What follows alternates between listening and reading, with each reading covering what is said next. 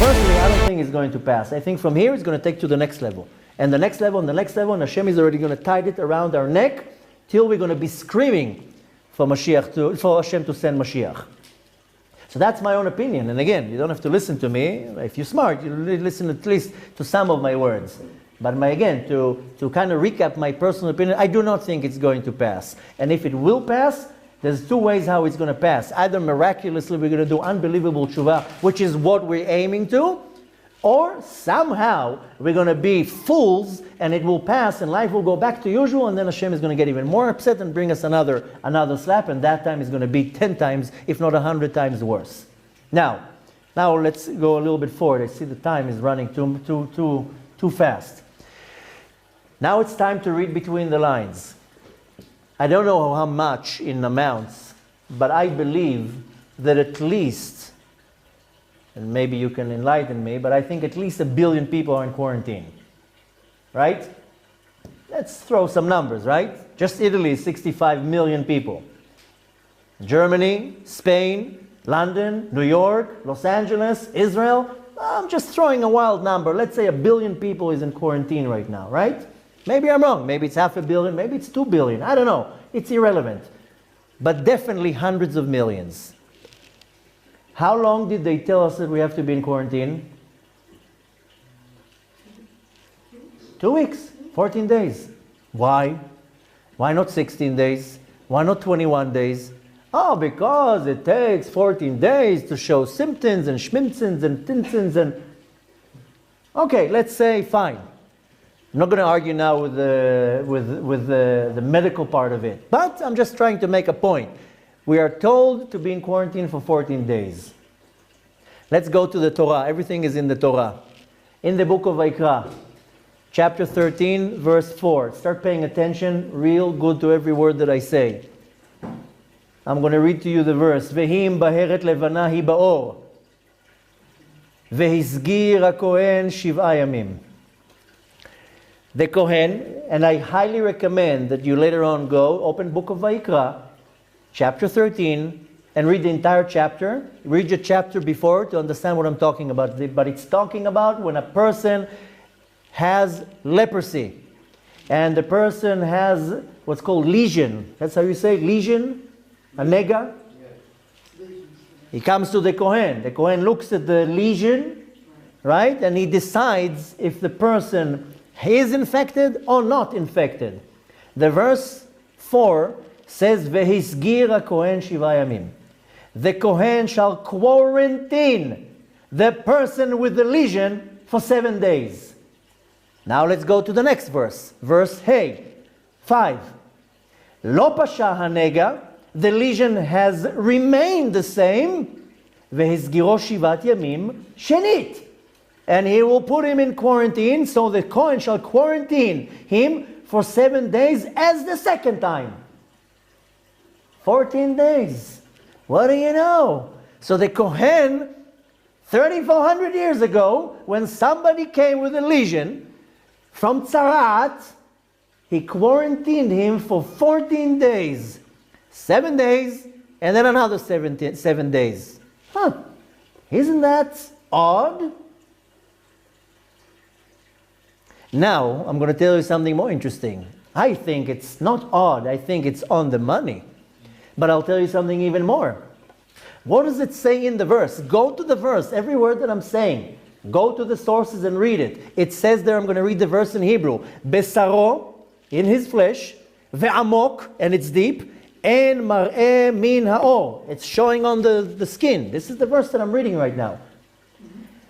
When you want to calculate gimatriot and signs, numerical values and hints, there's many ways of doing it. There's something that is called sofei otiyot, that you take a verse and you take the last letter of every word in the verse. So in this part of the verse, besaro ve'amok en mar'eh min ha'or, take the last letters of every word. You know which word comes up? Corona.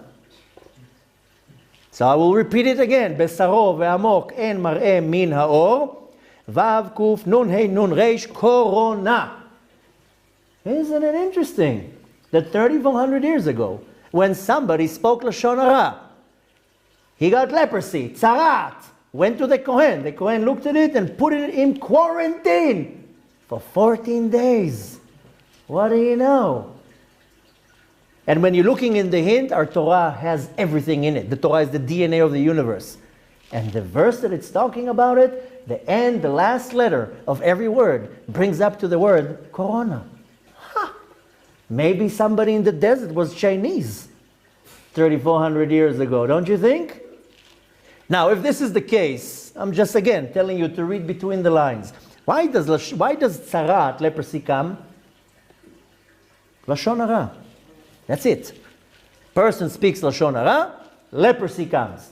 Have you ever seen in the last 40 years somebody with leprosy? No. Have you ever heard or seen somebody in the last 40 years talking Lashon hara? In the last 40 seconds, I can tell you that people are talking Lashon hara. And don't ask why am I sitting 40 years, I'm just throwing a number.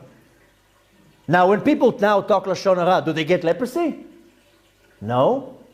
Well, the Zohar says that they get the leprosy inside, on their neshama. So suddenly they feel anxious, they feel anxiety, fear, depression, sadness, suicidal, crazy. Yeah, there's a tzarat, there's leprosy on the soul. So why does leprosy come to the world? Tzarat, because of Lashon hara. Next. We are dealing here with a virus. A little virus that is driving the entire planet nuts. The virus is called corona. In Hebrew we say virus corona, right? You know what's the numerical value of virus corona? 649. Virus corona, right? Virus corona. The numerical value is 649. Now we're talking here about the person who speaks Lashon hara, who has leprosy, who goes to the Kohen, and what does it say in verse 5? Bayom hashvi'i vehine hanega. In the seventh day, and here's the lesion.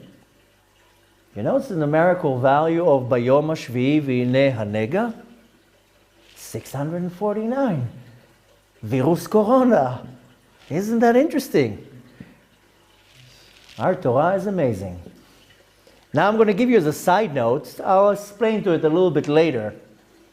But, and I spoke about it so many times, especially for the ones who are present in this room, about the severity and the danger of Lashon hara. But when a person says Lashon hara, he damages 4 things and then 5 things. I'll explain later. I don't think we're going to have time now. Just keep it in the back of your mind. When a person speaks Lashon hara, he damages the heart, the lungs, the veshet, which is called you're going to have to help me. Esophagus, and the kaneh, the windpipe. These are the 4 things that a person damages when they speak Lashon hara. And after that, the 5 oral articulations. Chametz motzaot hapeh. A, I, U, A, what we talk in our mouth. That's what our sages explain. Interestingly, it says that when a person speaks Lashon hara, there's 4 types of lesions. This is called mar'e negaim. There are 4 types of them. Teachings of Kabbalah explain this is corresponding to 4 letters of Yud K and then Vav K, the letters of the Hashem's name. Needless to say that when a person speaks Lashon hara, he's damaging the name of Hashem. Some people think that when they speak Lashon hara about a certain person, they have to go and apologize to the person. You have to go to apologize to the Kadosh Baruch Hu. Nevertheless, I will explain later on what I'm talking here about right now more in depth, the damage that is done and what one needs to do to fix it. But let's continue. Now I really want you to listen between the lines, because now I have proven the words of our sages. I made a point coming from our Torah that tzarat, that a nega, a lesion, a plague comes from Lashon hara. Now let's see what the Talmud says about it. And I will send you to Tractate Archin, page 16a, Tet Zayin Aleph. And I will quote, the tractate is called Erchin, some people pronounce it different. Page 16a, Tet Zayin Aleph. Rabbi Yochanan says there's something very powerful. And he says as follows, Rabbi Yochanan, Al pi shiv'a dvarim ba'im negaim la'olam.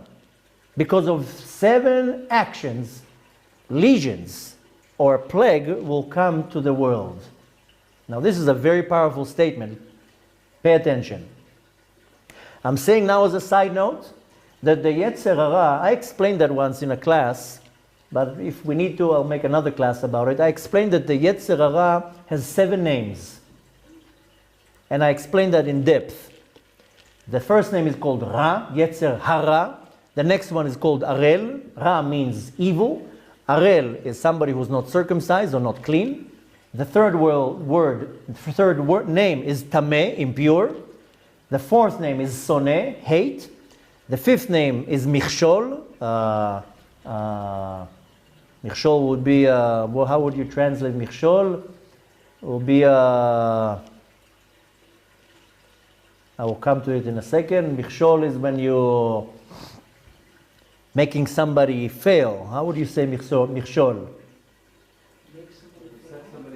No, when a Michshol, you know, is when if I'm running now, and then there's a Michshol on the way, I have to jump over it. Like a stumbling block. So Michshol, if I want to now make somebody fail, then I put a Michshol. I make him fail. Anyway, that's the fifth name, Michshol. The sixth name is called Even, a rock. And the last name is called Tzfoni. Tzfoni means the northern one, but Tzfoni also comes from the word matzpun, conscious. I gave once a class explaining in depth these 7 names. If I need to, maybe I'll explain it again, but not now. And there's a reason why am I saying now the Yetzer Hara has 7 names. Okay? Because I said a second ago that Rabbi Yochanan says that there's 7 actions that will bring a plague to the world. Now, very interestingly, we know that the Yetzer Hara is the Nachash, is the serpent that came into Gan Eden and made the first problem. So a serpent in Hebrew is Nachash. Last lecture, I explained that the numerical value of Nachash is 358. The numerical value of Mashiach is 358. The numerical value of Corona, 358. Now, interestingly here, that if you're taking the numerical value of the word Nachash, a snake or a serpent, is 358. But there's a way to calculate what's called Gimatria Ktana, a small Gimatria. So we take the 3, the 5, and the 8, because the numerical value of Nachash, Nun is 50, Shin is 300, and Chet is 8. 358. But separate it. Now we're going to take 3 plus 5 plus 8, then we get 16. Gimatria Ktana is that we add that. 1 plus 6, what do we get? We get 7. Again, we get this 7 coming from the word Nachash. Interestingly, it says in the Talmud, this can be found in tractate Bechorot, page 8, that it says that it takes a serpent, a snake, 7 years to be pregnant. I'm not a zoologist, I can't tell you if this is correct, but nevertheless, this is what the Talmud says about the pregnancy time of Nachash. Maybe it's not talking about an actual serpent, maybe it's talking about something else, but why am I saying all this? Because we come again to the 7 actions that bring us plague, 7 names to the Yetzer Hara, the Gimatria Ktana of Nachash is 7, and so forth, and now I'll explain a little bit more. One of these 7 actions that will bring a plague to the world, and pay attention, the first one, of course, you've guessed right, Lashon Hara. Lashon Hara, it's when a person talks bad, it's about another person. Now again, we're not going to get now to every explanation what Lashon Hara. We had a course in the summer, if you remember, we didn't even finish it, but I explained the difference between Lashon Hara and slandering. But nevertheless, what do our sages say about Lashon Hara? Hefrid ben chaverim. He separated between 2 people. Because if I come to you and I tell you, you know what so-and-so did? You know what he said? Then now I separated the both of you. Or if I come to you and I say, you know, so-and-so, he does this and that, it doesn't matter right now if it's true or not. Then now I separated you from him, because now you don't want to associate with him. What is the punishment for a person who speaks Lashon Hara? Badad yeshev michutz lamachaneh. By himself, he will sit outside of the camp. Do you feel outside of the camp now, sitting in your home? Badad, by yourself, lonely. Now I explained before that every word that we say you use a few parts, organs in your body. In order for you to talk, then you need to use, of course, the air pipe and the veshet and your lungs, right? You have to use a few organs. But all the talk, our sages explains, that comes out of my heart when I talk. If I'm in love with my wife and I tell her how pretty she is, it comes out from my heart. I love you. If I hate somebody and I go and slander their name, then it comes from my hate, from my anger. I'm coming and talking bad. So the dibur, the talking, comes out from my heart. Through the heart, to the lungs, to the air pipe, and then to the 5 articulations of our mouth. What is interestingly here, that I always like to very clearly and carefully focus on the words that our sages are saying. It says, Badad yishev mechutz hamachaneh. Badad means by himself. He will sit outside of the camp. The acronym of Badad, Bet, Dalet, Dalet, brings a very special combinations of words. Brechol drachecha da'eho. This is a verse from the book of Mishlei, Proverbs, chapter 3, verse 6. Know him in all your ways. Brechol drachecha da'eho. Everything that you do, you have to know that the Kadosh Baruch Hu is a part of it, is affected. Brechol drachecha da'eho, the acronym of Badad, just interestingly. So the first thing that brings the plague to the world, Lashon Hara. Check. Next, number 2. This is what Rabbi Yochanan says, not me. Shfichut damim. Shfichut damim is bloodshed. Now, not necessarily when you stick a knife to somebody, chas v'shalom. Bloodshed is when I insult somebody in front of other people. This is bloodshed. So this is 100% connected to Lashon Hara. Because if I now go and slander somebody and I spill his blood in front of thousands of people because I made up some lie about him, this is bloodshed. Next, the third is called Shvuat Shav. This is one of the 10 commandments. You're not allowed to take an oath, a false oath. But in other words, this is called, in our simple term, lying. And again, Lashon Hara is when what I talk is truth. Hotzaat Diba, slander, is when I lie. Now, most people, when they talk Lashon Hara, there's a lot of lying in there. So again, number 3, Shvuat Shav, lying. Number 4. Number 4 is called Gilui Arayot. Gilui Arayot is incest. That's how you say it? Am I pronouncing it right? Incest? Now, this I don't need to explain. What's going on in this generation with Gilui Arayot, with incest and forbidden relations and Hashem Yerachem. I'm going to get to that. I don't know again if I'm going to have time right now, and I think we're already running very, very long. But nevertheless, you know, the book of Yetzirah, Sefer Yetzirah, the book of formation, says something very interesting there. There are three britot, 3 covenants that we have with Hashem. And according to the covenants that I have with Hashem, I'm requested to follow my part of the covenant, but Hashem is requested to follow his part of the covenant. And his part is to save us. And right now we're breaking all the covenants, so why would he fulfill his part? So Sefer Yetzirah, the book of formation, explains that the Brit HaLashon, the covenant that we have with Hashem to guard our mouth, is directly connected to the Brit HaMaor, the Brit Milah, the circumcision that men do, meaning guarding the Brit. Guarding the Brit means not that you do a circumcision to the baby 8 days after he's born, is that a man can only procreate with his wife, not with anything else, not by himself, and not with other genders or animals or whatever it is, the andarlamusia, the chaos that we have in our generation. So no need to explain that Gilui Arayot, that it brings a magefa, a plague to the world. The 5th one is very interesting. That's something that I like a lot. In Hebrew it's called Gasut Ruach. That's the problem of most people. Gasut Ruach, the 2 words that I found that are close as possible in translation, one of them is rudeness, and the other one is vulgarity. Most people have Gasut Ruach. Who do you think you are? Why should I listen to you? In the Jewish nation, we call it Geava. Gaiva, what the Bnei Ashkenaz will say. And that's the problem of many, many people. They're Geava. the worst of all the midot. In all the times that we were learning about Tikkun HaMidot, I explained numerous times that the highest of all, the worst of all the midot, of the attributes, is Ge'ava, is pride. If your pride is being touched, then it will birth anger and sadness. And who Hashem Rachem already will do. So Gasut Ruach and Ge'ava will bring a plague to the world. I hope you're paying attention. Number 6, Gezel. Gezel, the translation for Gezel is robbery.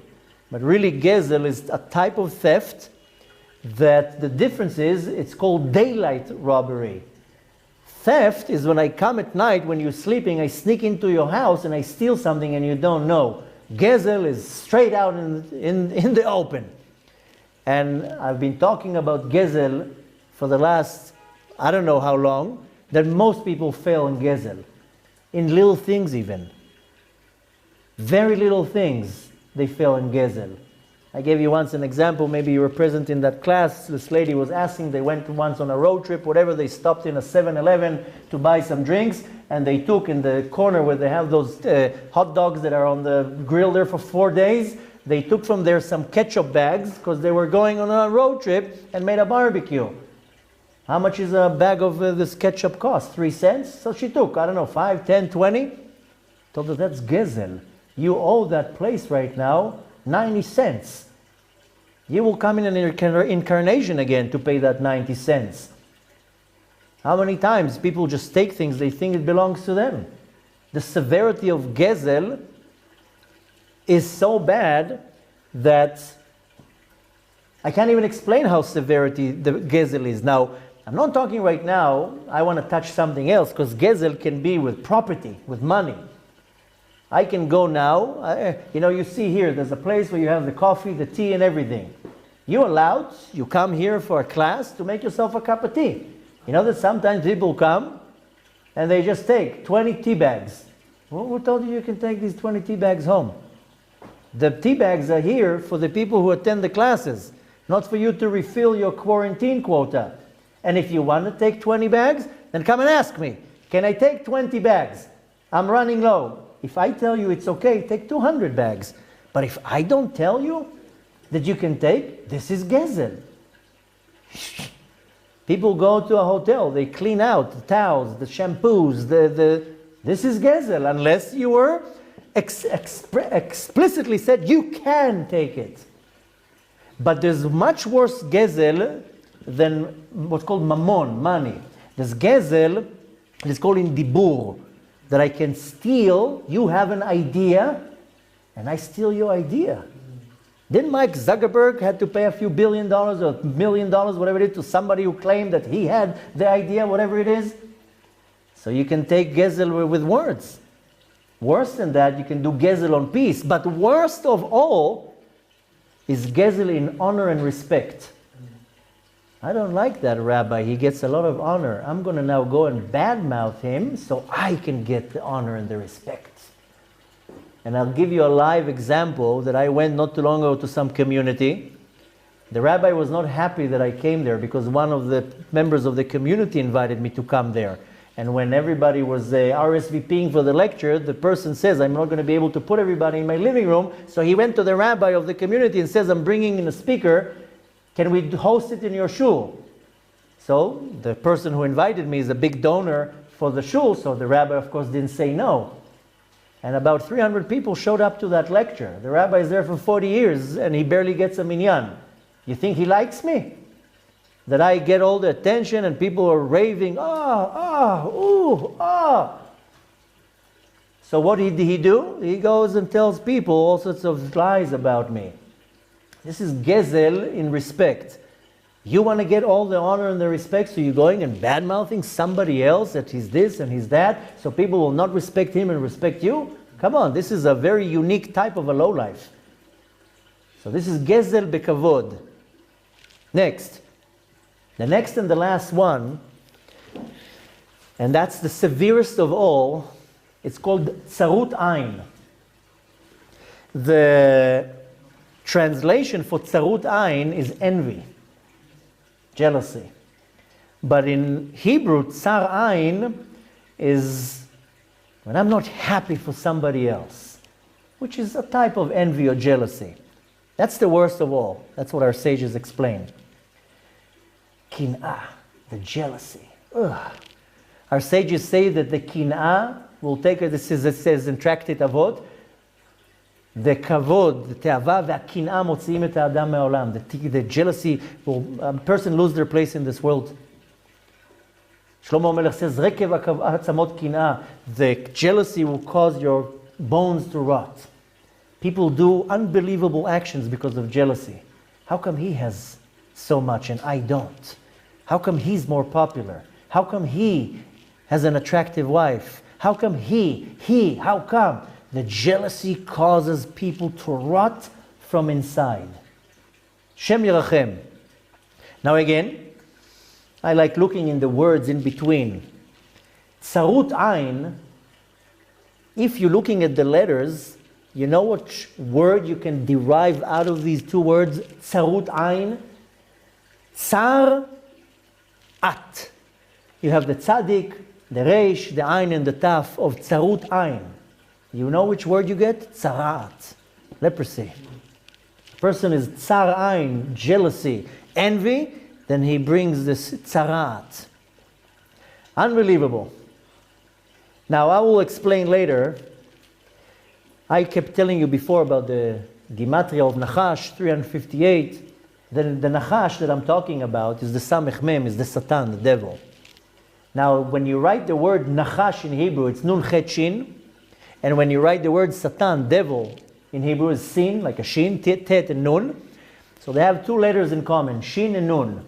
But then the other two letters that are not in common is Chet and Tet. But interestingly, Chet and Tet, they come one after the other. Chet and Tet put together the word in Hebrew, Chet, a sin. And why am I saying that? If a person comes to a place of sinning, has to be an involvement of the Satan here in the Nachash.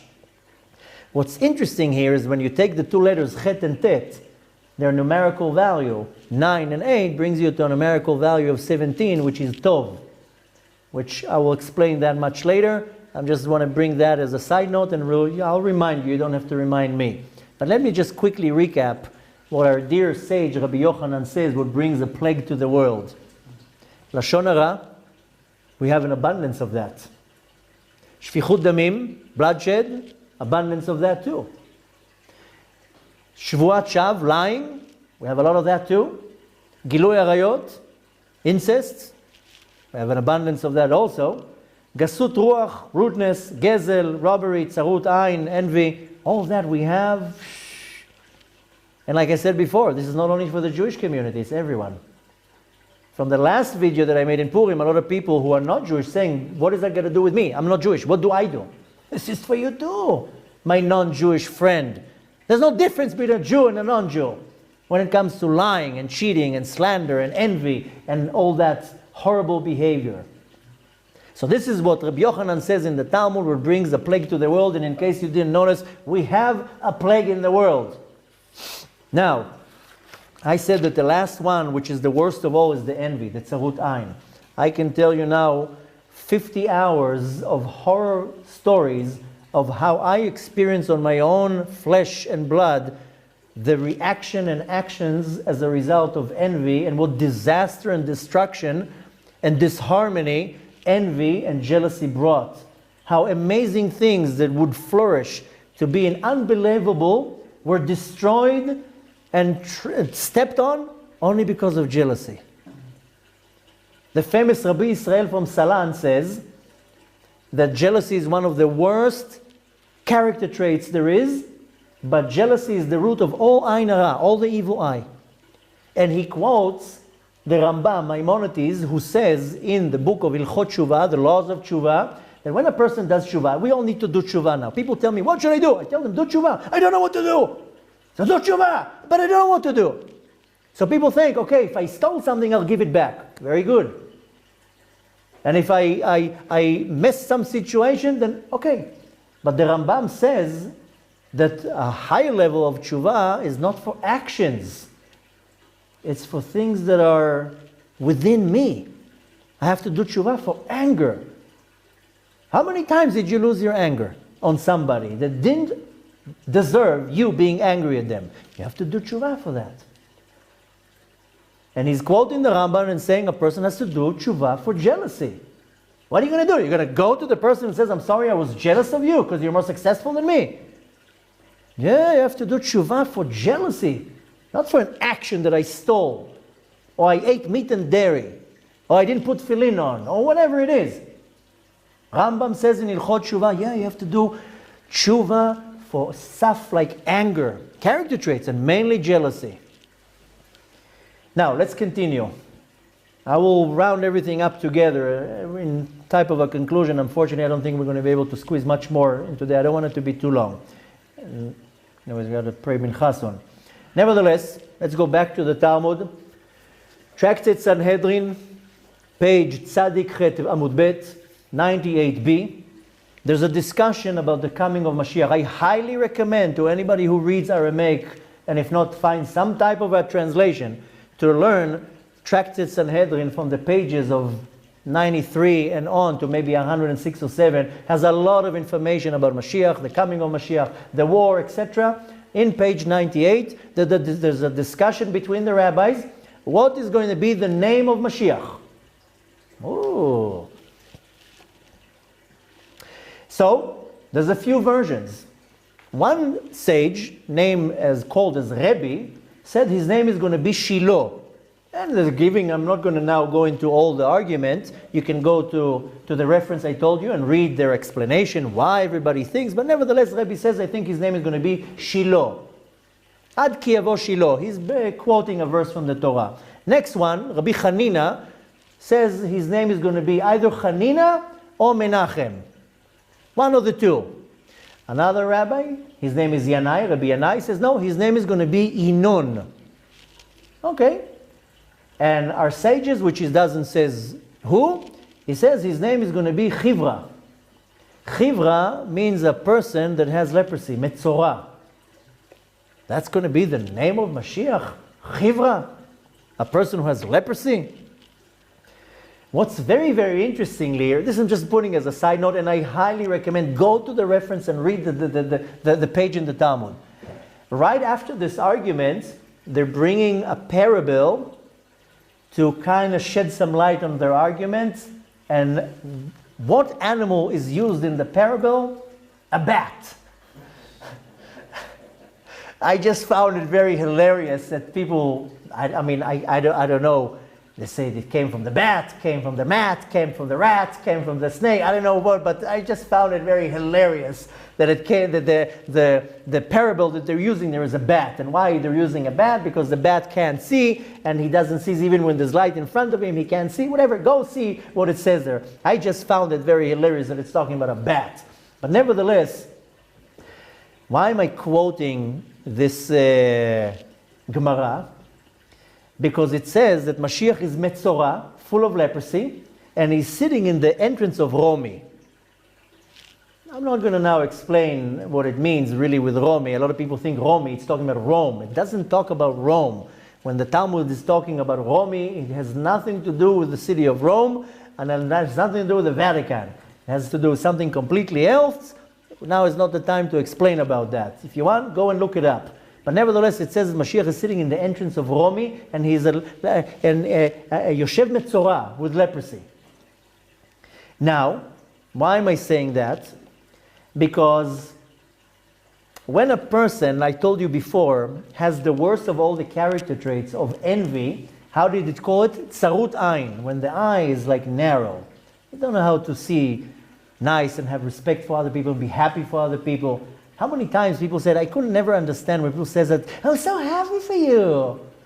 Good for you. And you see that behind his face is like, I don't want to even say what's behind the face. Good for you. It's called tzarut ain, that the eyes, tzar means very narrow. I said before that Rabbi Israel from Salan said that the envy is the source of ain hara. Ain hara, the numerical value of ain ra in Hebrew, ain ra, evil eye, jealousy, is the numerical value of 400, which is very, very interesting because we know that there are 400 powers of impurity. How do we know that there's 400 powers of impurity, what is called kochot tum'ah? Because when Yaakov went out of Haran, Esav comes to him, and how many soldiers is he coming with?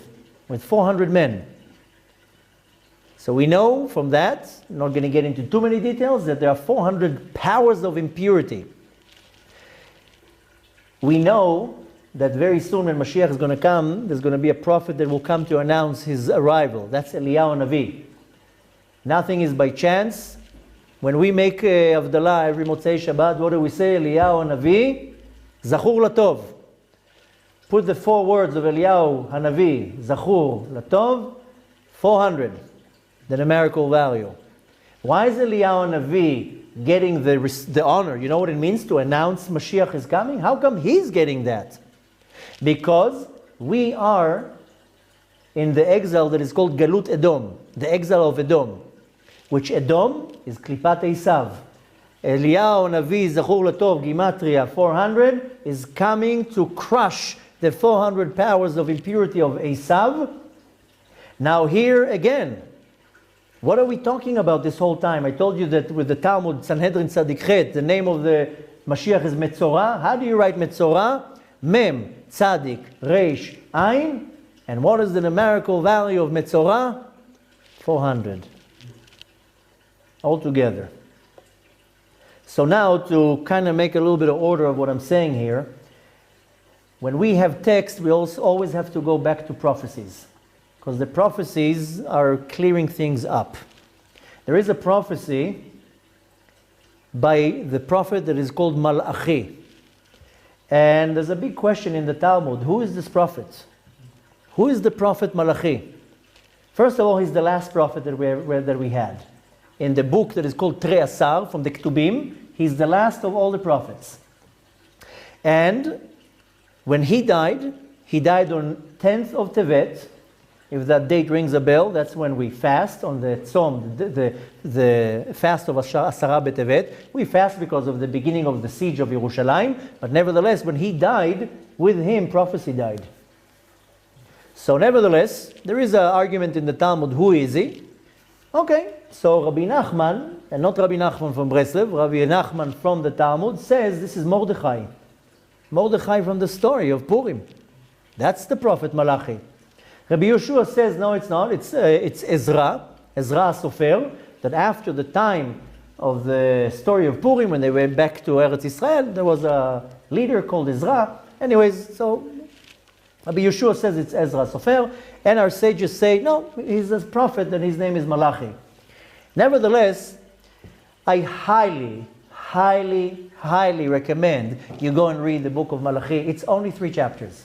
It will take you 10 minutes to read it. Read what he says there.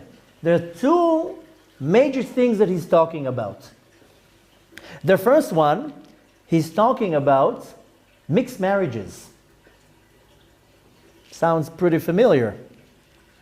In our generation, you know how much Jews are assimilated? People said that the Germany, Ymach Shemo, killed 6 million souls. You know how many souls the mixed marriages killed? They say just in America, probably 70, 80 million people were killed because of mixed marriages. Very interestingly, that's what he's talking about. But mainly what he's talking about is the redemption, the time of the redemption, the coming of Mashiach. Everything about the coming of Mashiach. So look how it's very interesting that he's talking about mixed marriages and the coming of Mashiach. Just a thought. Nevertheless, the most important part of his prophecy is that the announcement of the redemption, of the Geulah. Now he warns us there from Judgment Day. And I highly recommend, go and read the book of Malachi. It's only 3 chapters. He's warning us from Judgment Day. And what does he tell us to do? To do tshuva. And he says, V'hashavim yinatzelu. The one who will do tshuva will be saved. Now, that's a pretty bold statement. Now go and explain what does it mean to do tshuva. That we'll have to do another time. We read twice in the year the haftarah of this book of Malachi. One of them in Parashat Toldot, and the other one we're going to read next week in Shabbat HaGadol, the Shabbat before Pesach. It's called Shabbat HaGadol. On Shabbat HaGadol we read the haftarah of Malachi. Nevertheless, he's coming, the prophecy is to prepare for the redemption. He's warning us from judgment day, and he says only the ones who will do tshuva will be saved. And he says something very interesting. He says in his prophecy, "Veheshiv lev avot al banim, velev banim al avotam." Translation, that he may turn the hearts of the fathers back through the children, and the hearts of the children back through the fathers. I'm sure you heard this prophecy, "Veheshiv lev banim al avot, velev banim al avotam." Okay, people interpret it that the kids, in our generation, we see many of the kids, they become observant. So now they make their parents become observant. Okay. Now he ends, I get goosebumps every time that I read it. I can't share with you now my goosebumps, but I have goosebumps because you know how he ends the prophecy? And that's how the last book of all prophecies ends. Pen avo vehiketi et haaretz cherem. If you're not going to do tshuva, least I come and smite the earth with utter destruction. Lest I come. That's pretty scary to me. You're not going to do tshuva, I'm going to come to the land and destroy it. And people are saying, relax, don't worry, everything will be fine. I don't know what you're talking about. Now I'll tell you what I see from that, because the word cherem is destruction, but I see it in a completely different way. Cherem in Hebrew, you know what it is? It's boycott. Cherem in Hebrew is a ban. Not a band that you play, a ban. They put a person in cherem, nobody talks to him. It's called embargo. Aren't we all in some type of a ban right now? We're in cherem, we're in a bidud, in isolation. So Hashem says, I'm going to come and do utter destruction. But read the words in Hebrew, don't read it in English.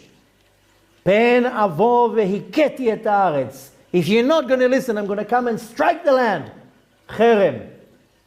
Now I'll tell you something more interesting here, because the letters cherem is the numerical value of 248. So we know we have 248 positive mitzvot. But the letters of cherem is chet mem reish. Do you know which word is that? Chomer. Materialism. The Kadosh Baruch Hu now is destroying the materialism in the world. Nobody's going to have money now. Nobody's going to have status. I'm going to crush everything. And you see it with your own eyes. There's not one country in this world that is not falling apart. Kadosh Baruch Hu is now going to destroy all the physicality. Why? So we're going to all be empty-handed. What did I quote before about the Al-Sheikh? If you're poor, then you're not jealous, because everybody's poor like you. Now you know what's interesting here?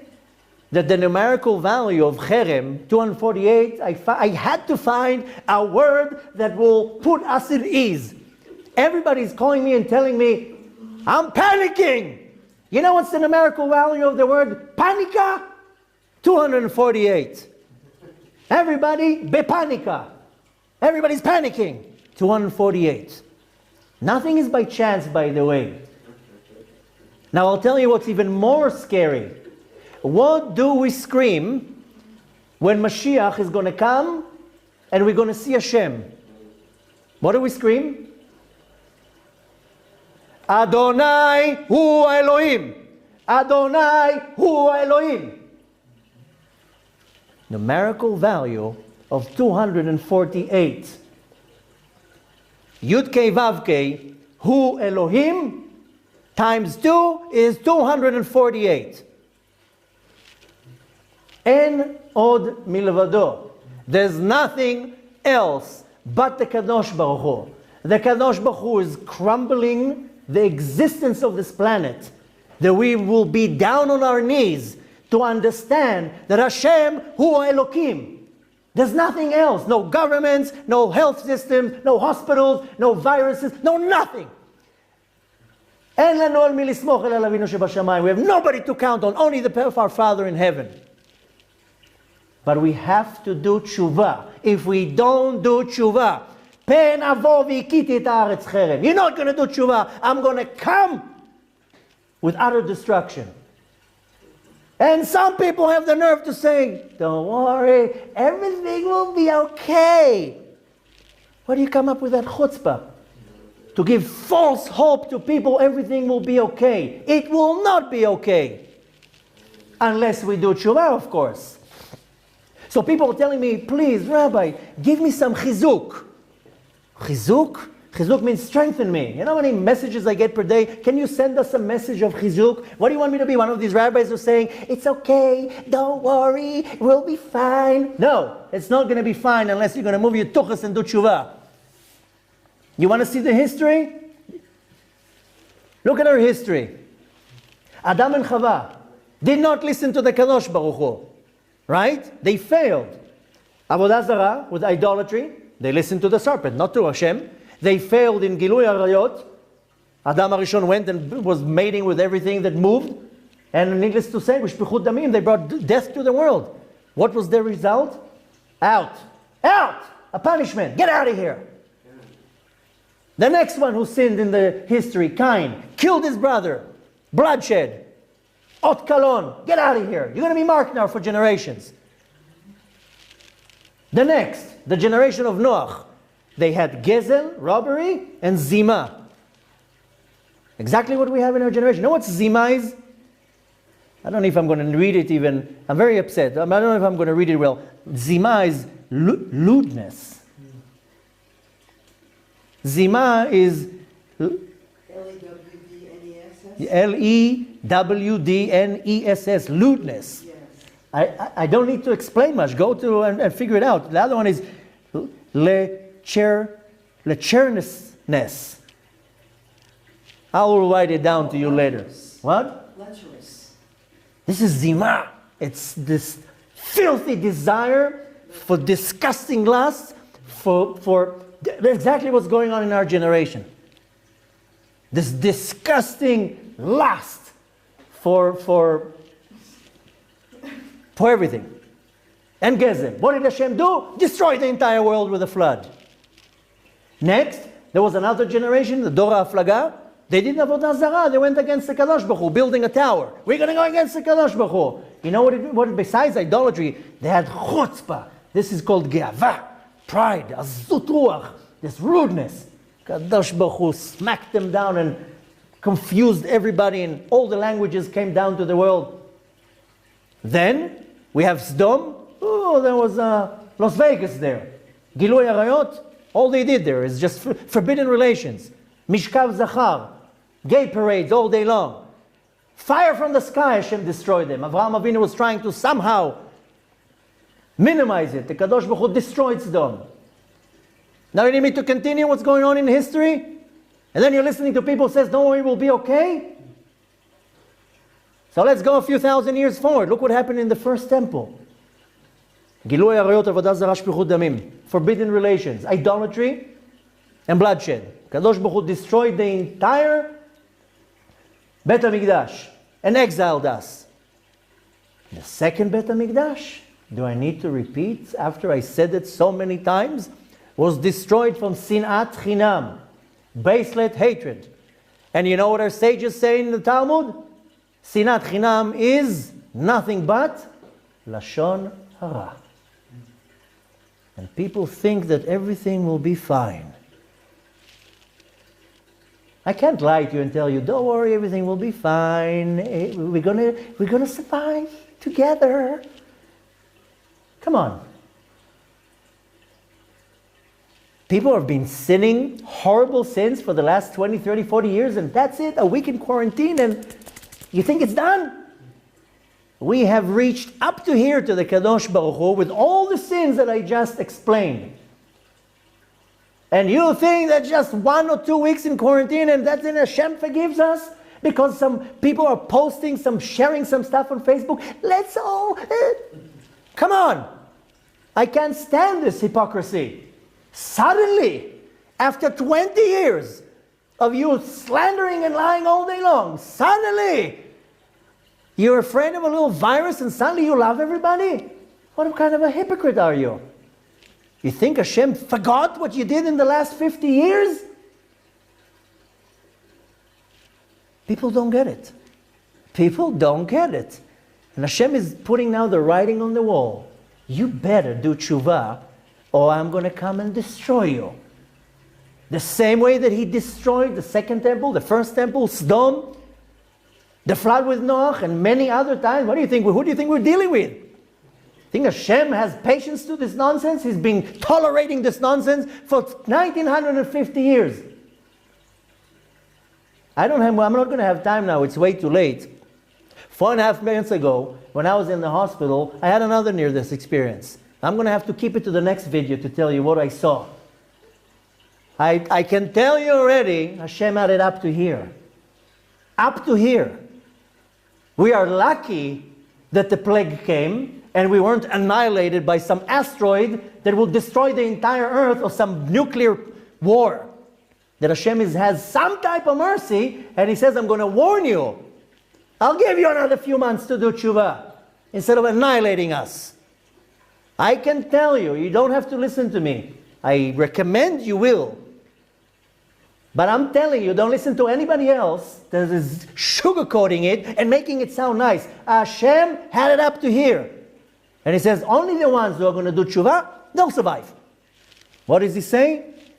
Only the ones who do tshuva will survive.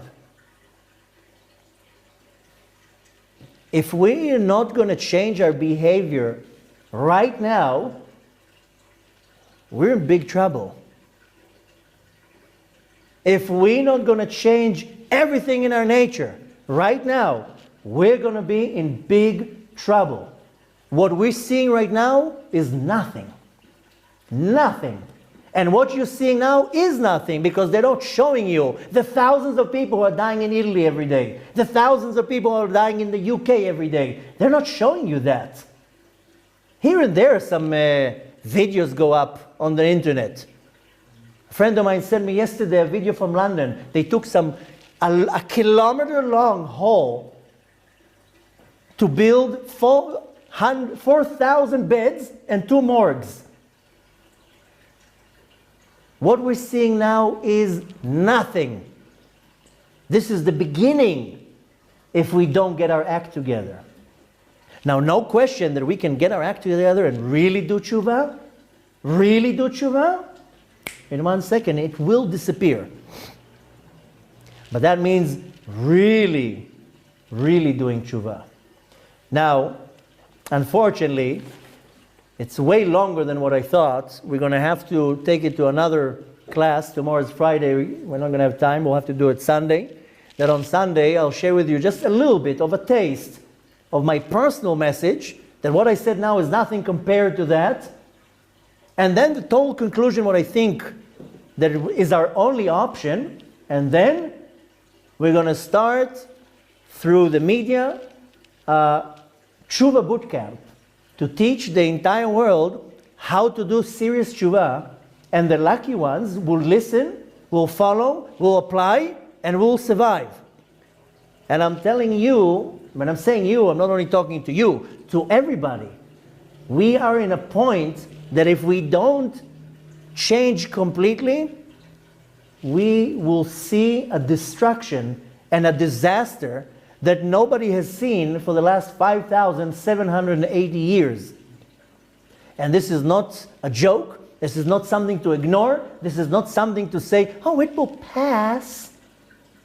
And even if somehow, miraculously, Hashem will have a moment of mercy, and this thing will pass, and we will still not do tshuva, oy va'avoy, what will be the next way that we're going to get. And I told you my personal opinion is that we're not getting up from this disaster. From this disaster is to Mashiach. And we can do it nice, and if not, I'm already preparing you that what you're seeing now is nothing. So to recap now, just that you have some type of food of thought for the next 2 days till we'll go to the next class, is rewind the video and watch it now 3 times and listen to every word that I said carefully, write it down, start internalizing, and you want to recognize within yourself if you're guilty in one of these 7 actions that Rabbi Yochanan says that brings a plague to the world, and I guarantee to you that you, including me, are guilty in all 7. At some way or another. There's no point now to be now, hey, look how observant I am. I have a long beard. We're all guilty in all 7 actions. Now, you start doing tshuva for all these 7 actions. Because Hashem says, I was patient, and patient, and patient, and patient, and that's it. I'm not patient anymore. What didn't you get here? For the last 20, 30, 40 years, people are eating each other. Shem Yerachem, what I see with my own eyes, how people slander, lie, cheat, take, destroy. And that's it. A little virus puts you in a room and suddenly we're all good friends. And the nonsense that I see that's going on the internet makes me sick. 30 years, all you do is just slander the entire world, and suddenly, let's all be together. And you think Hashem is buying that?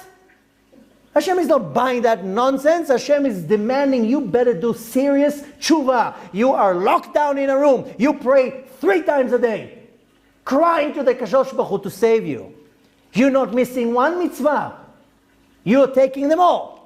And you listen to every word that I said now. I have enough food of thought for you to digest the next 48 hours till we meet again on Sunday, and I'll give you the next part, which is not less soothing than this, by the way. It's even worse because what I saw was terrifying, was frightening. I'll give you a little in. I was supposed to die. And you know what they told me in Shamayim? We don't want you to see what's going to happen in a few months. You leaving the world. And I was crying in Shamayim. What about my wife? What about my kids? What about the thousands of my friends, followers, students, and family that are trying really, really hard to do tshuva? So because I have a merit and a half and you're taking me out that I should not see it? I didn't see anything nice up there. I'm telling you that the Kadosh Baruch Hu, we crossed all lines with the Kadosh Baruch Hu. 0 tolerance. 0 patience. Hashem is not buying the show. Hashem is looking in the heart. What was the prophecies that I ended with Malachi? Ve'eshiv lev banim al avotam. Lev is a heart. The tshuva is only in the heart. The Kadosh Baruch Hu sees through walls. You can't fool the Kadosh Baruch Hu with some posts on Facebook. Let's all be together. Let's read some Tehillim together. You're fooling the Hashem. Hashem sees straight into your heart. And you know that the tshuva for Lashon Hara, first of all, the Zohar says there's no tshuva for Lashon Hara. First of all. But not to put you on the spot, there is ways to do tshuva for Lashon Hara. But it's almost impossible to do tshuva for Lashon Hara. I have to tell you a story quickly before we end. At the time of the Tanakh, there was a wicked king. His name was Achav. One of the most wicked kings that made people, thousands of people, sin. At the time of Achav, he went out to a lot of wars. You know what? They won all the wars. How does a wicked king win wars? You know what it says? Shechina olechet itam. The Shechina used to go with them. And you know what our sages explain? Because they didn't talk Lashon Hara. Wicked people, but they didn't talk Lashon Hara. The Shechina was with them.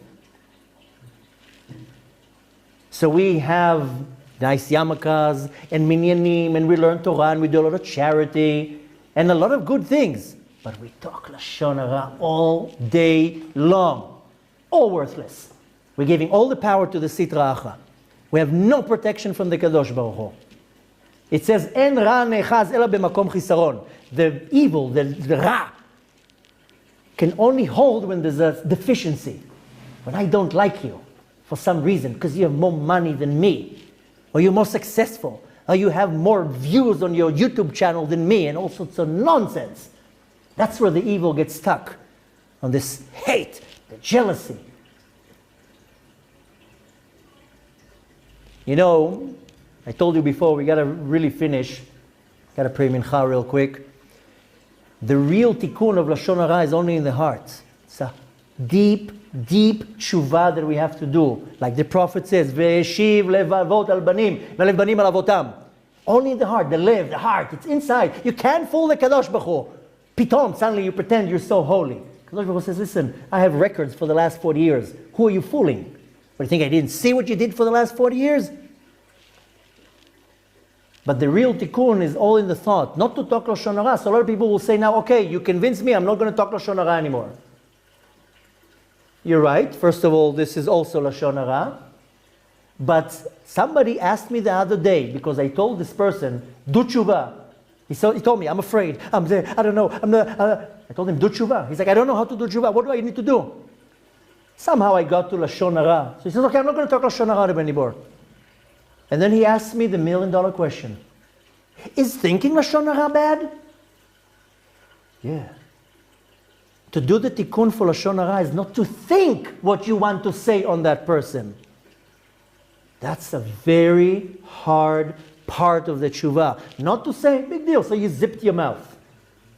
Hashem put us in quarantine, so you're going to talk to the wall. Yeah, of course, you have WhatsApp and Facebook and all the rest of the media that you can talk to each other. But Hashem is hinting to us, zip it. I told you that a month ago in Purim. Sorry, 2 weeks ago. Zip it. Do a tani dibur till Mashiach comes. But I told this person, yeah, Lashon Hara also, if you think it, you have to change the way you are thinking. So the time is up. I'm going to wish you an unbelievable month, Chodesh Tov. We should see miracles. This is the month of miracles. Our sages said, "Benisan nigalu, benisan atidim ligael." In the month of Nisan, they were redeemed. In the month of Nisan, they are future to be redeemed. This is a very powerful month to do tshuva. It's the most auspicious time to do tshuva. More than Elul, Rosh Chodesh Nisan is the time. What did we read today in Musaf? Zman kaparatchem. We can flip everything over. We have 14 days till Pesach. You have to be now on not your best behavior, your super duper extra best behavior. And when Pesach comes, if we're still somehow on this planet, you're going to make it the best Pesach you ever did. And we're going to beg to the Kadosh Baruch Hu, beg to forgive us and to redeem us. And everything in the book you're going to do now. We're going to cut now. Sunday we'll do the next part of the lecture, and then we're starting a tshuva boot camp. And if you're smart, you're going to follow every step that you need to do. You're not working now. You're not going out to restaurants and movies. You sit at home and you do tshuva. And you beg the Kadosh Baruch Hu to have some type of mercy on you. Don't think, don't listen to all these liars. Don't believe to people telling you, everything will be okay. It will pass. Let's just join together. No. Be very worried. Be very upset. Be very scared. If you don't observe Shabbat, be trembling from fear. If you still sin in promiscuity, or however you say it, with zima, be extremely afraid. If you're still lying and cheating and slandering, be trembling from fear. Who dares to tell you not to be afraid? You should be looking at your actions now with a magnifying glass. And if you do real tshuva, Hashem will accept it. But it's not a fake tshuva. Ve'eshiv levadim al banot, al avot. The heart, the Kadosh Baruch Hu wants to see the heart. I'm not buying now the actions. Let's see the real deal. So there's a lot what we need to do in the month of Nisan.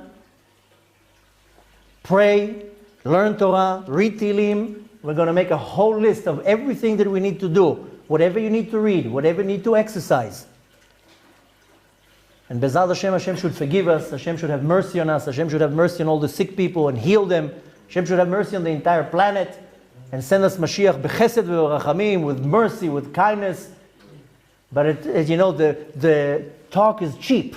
We've been talking about, and I can bless you now from here till tomorrow. Hashem wants actions now. He's not buying all the nonsense. I am going to pray and bless that we should be forgiven and we should see the coming of Mashiach in the most smoothest way. But I don't want to fool you or myself. Now it's only actions. Serious actions. And I can guarantee that if you do the real tshuva, you will be saved. David HaMelech says, "Yipol b'tzidcha elef u'rvava mi'yaminecha." 1,000 will fall from one side, 10,000 from the other side. Elecha lo yigash. There's nothing going to come to you. Gam ki elech begetzel hamavet lo yirara ki ata imadi. Even if I walk in the valley of the shadow of death, I will not be afraid because you're with me. But you have to check yourself real good if you are 100% with the Kadosh Baruch Hu. The famous verse says, "Shuva alai v'ashuva elechem." Come to me, make tshuva, I will come to you. Hashem now says, I gave you a lot of chances. Now let's see how real clean you are. A lot of people say, I hope I will survive. Well, you better do serious tshuva here.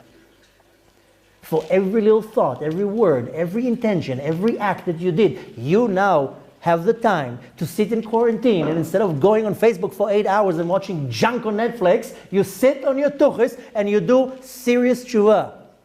And the ones who are going to do serious tshuva will be saved. And Be'ezrat Hashem, with the merit of all our actions and prayers and Torah and good deeds, then we should sweeten the judgments and have Hashem redeem us b'chesed u'rachamim. And Be'ezrat Hashem, we should only see it in a positive way. And I hope and bless everybody to participate. And I ask you, we're going to have another part of the lecture. Please, share the video. Show it to as many people. I know a lot of people don't know, are going to give a thumbs down and not like me. I don't care if you like me or not. If I can save another soul or another person, that's what it is. So if you share the video as much as you can on all the social media, WhatsApp, Schmotsap, I don't care if you send it with a pigeon. Just share it that people can see it. And maybe something will penetrate in their mind. And ignore the people who are telling them, don't worry, everything will be okay. No, it's not. This is the end of the line. I am telling you, this is the end of the line. I don't know how much more chances Hashem is going to give us. We ran out of all the merits that the Kadosh Baruch Hu, and now we're losing merits. Why? Because all the governments are shutting all the yeshivot and the synagogues down. Now we don't have prayer, we don't have Torah, we're losing everything. At least at the time of Haman, when Haman wanted to destroy us, Mordechai got everybody to get together. Now the Malchut HaRish'ah, the Erev Rav, is separating. Don't go to shuls, don't go to yeshivot. Doesn't matter right now. The point is that we're losing power. We're losing power. So we have to do whatever we can. And if you can't pray in a minyan, then at least you pray 3 times a day, every word, you focus on the words. You have no rush, you don't have to go anywhere. So pray like you should pray. And up until now, you only learned half an hour Torah. Then today you learn 5 hours Torah. And you can learn on the Zoom or Shmoom or whatever it is. Doesn't matter. Learn. Do things. Now we lost the opportunity of doing a lot of mitzvot. You can't do achnasat orchim anymore. You can't do a lot of mitzvot now. That's it. We lost a lot of the options of mitzvot. Hashem should save us and have a lot of mercy on us. And Be'ezrat Hashem, that we should see the redemption coming. I know it's not easy, but I was saying that the ultimate tikkun is b'machshava, in the thought. This is the ultimate rectification, is in the thought. B'machshava, in the thought, is the same letters of besimcha. Can't be now sad and depressed and sit. You have to be, I know it's not easy, but besimcha. Why? Because the ultimate joy and happiness, besimcha, same letters of b'machshava in the thought, that's what does the tikkun. It's not, I know it's not such a jolly time, but you keep your spirits high. Because the days of Mashiach is coming are very few. Finally, after 3,400 years, we're waiting for the Mashiach to come. Finally, we're going to see it. Be'ezrat Hashem, we should all see it coming b'chesed u'rachamim. Have a chodesh tov.